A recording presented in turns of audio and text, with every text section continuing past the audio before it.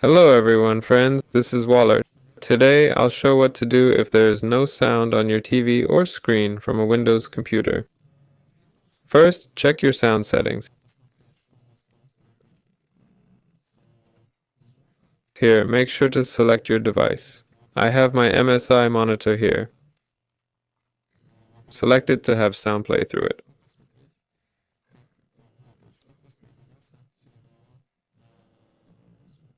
Are you selecting your screen? I'll switch back to my speakers. If that doesn't help, check Device Manager. In Device Manager, find your monitor or sound device.